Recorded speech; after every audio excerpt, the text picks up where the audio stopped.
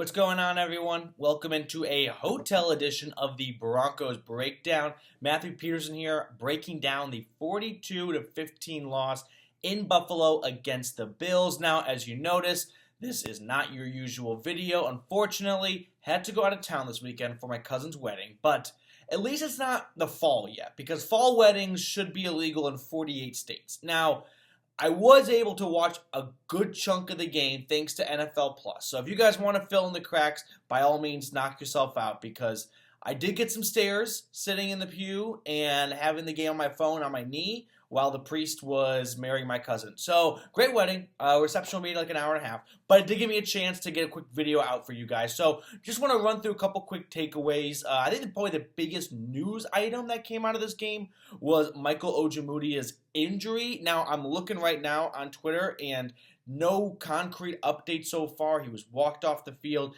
Didn't look like it was the, from what I saw, from what I've heard, it didn't look like the worst type of injury out there, meaning like there should be optimism, because it's unfortunate. You never want to see injuries in preseason.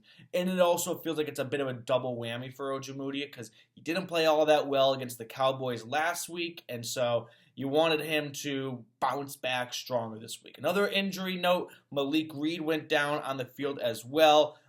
He was walked off the field. Looks like it was a poke in the eye, something of that nature here. So that's kind of the latest on the injury front. We'll probably get more as Hackett and whatnot speak to the media after the game. But for now, it's relatively good coming out of a preseason game in terms of health-wise. No one key loss. And let's talk about this game for a little bit here, because yes, it was 42-15. It was an ass-kicking. The Bills also started Josh Allen. The Broncos started a different Josh Johnson. Picked a better Josh. Josh Allen, Josh Johnson. Like, what'd you expect? You know what I mean? So here's my sort of life motto when it comes to preseason. If your team wins, a win's a win. If your team loses, who gives a shit? They're all backups, and none of them are going to play meaningful football in the regular season for the most part. You know what I mean? You can kind of spin zone your way out of, well, it's preseason anyway. Who cares that they lost? So I did have maybe one real takeaway from the game, which was for two straight preseason games, the Broncos have been pushed around a little bit in the trenches, specifically on the defensive line. Now, last week, I don't want to say they got away with it, but the 19 Cowboy penalties sort of masked that the Broncos were kind of getting beat off the ball a little bit. And this week, no penalties on the Bills, and all of a sudden, it's being exposed. Like McTelvin Ajim, I didn't get to watch every single snap of the game, but watching NFL Plus on my phone, I can tell you that when 95 was on the field, it looked like he was getting pushed off the ball, right? Henningsen, a rookie out of Wisconsin, 7th-round pick,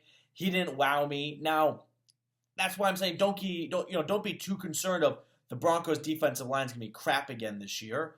No, DJ Jones wasn't out there, right? You didn't see key starters on the front, but the defensive line is a different position group compared to other spots where you see a rotation.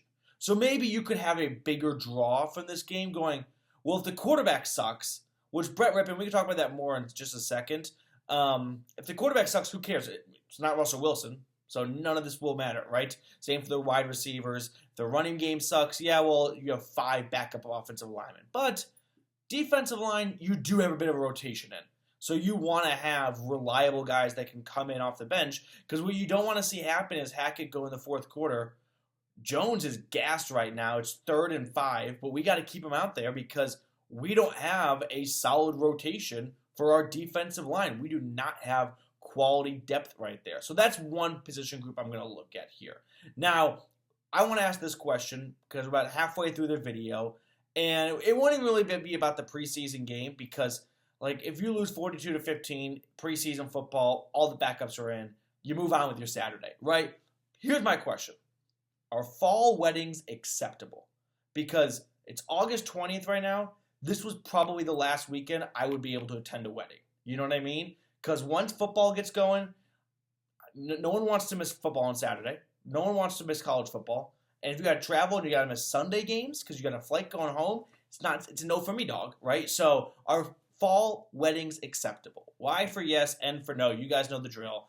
August 20th is probably the latest I would accept a wedding in the fall. You can better believe my girlfriend and I, who's standing off screen waiting for me to get up done with this, we're not having a fall wedding. Okay, so let's talk about the quarterbacks for a second here. So Josh Johnson started the game again, and Brett Rypien, I would say, was probably maybe the better QB. He made more impressive throws. A lot of checkdowns to running backs and whatnot, but he had a nice connection with Quinn, kind of over-the-shoulder throw. Jalen Virgil had a nice play as well. So touchdown pass to Sauber in the back of the end zone. So he had some nice throws. Again, it's fourth quarter of preseason week 2 against the Bills' third-string defensive backs.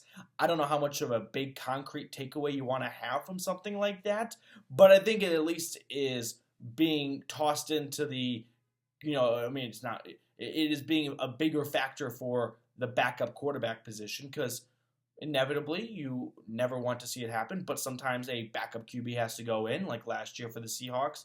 So hopefully Russ can play all 17 games, 18 weeks, but I would say Josh Johnson, who was good last week, and Rypien was so-so. This week, maybe Rypien made up some ground in the QB battle, but I think coaches pretty much have all this figured out already. You know what I mean? Preseason football is not for the fans. It is for the owners because they pay the players, I think, like $500 a game, and they get to sell tickets, sell concessions, TV rights, and they get to stuff their wallets, and coaches and GMs pretty much already know the roster by now. They just got to go through the motions, which is why Hackett's going, we're not playing anyone meaningful. I mean, Albert O started, and that was pretty much the only person on offense. I think Calvin Anderson as well. I missed the opening kickoff and whatnot, but yeah, reception at the church was not good. And trying to ask the priest mid service, what's the Wi-Fi? That didn't go over well. So not huge big takeaways from this game. Luckily, for the most part, relatively healthy on the front. So that's always good news. Hopefully, Ojemudia is going to be okay because I'm a big fan of his. I love 13. If you want to, everyone just type 13 in the comment section if you got this far in the video to wish him a quick recovery.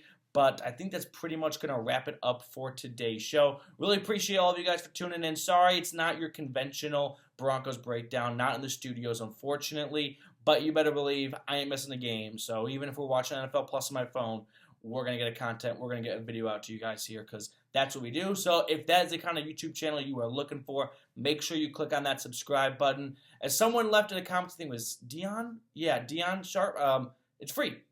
100% free. So make sure you click that sub button, and we will see you guys later. Back in the studio, maybe not tomorrow because I can probably do another at home, but later this week, Monday, with the, a good roundup of everything stemming from this preseason game. So long, and you guys enjoy the rest of your weekend.